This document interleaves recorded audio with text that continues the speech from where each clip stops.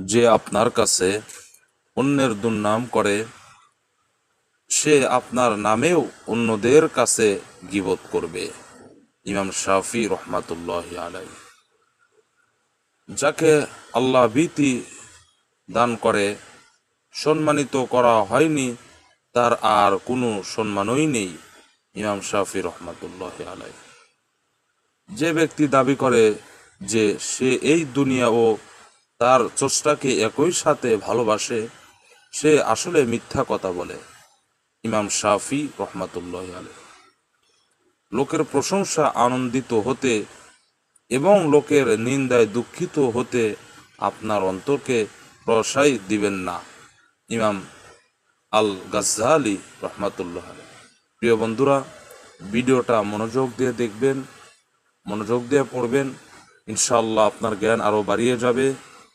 ভিডিওটা শেয়ার করে দিবেন, অন্য মুসলমান ভাইকে দেখার সুযোগ করে দিবেন। আসসালামু আলাইকুম ওয়া রাহমাতুল্লাহ।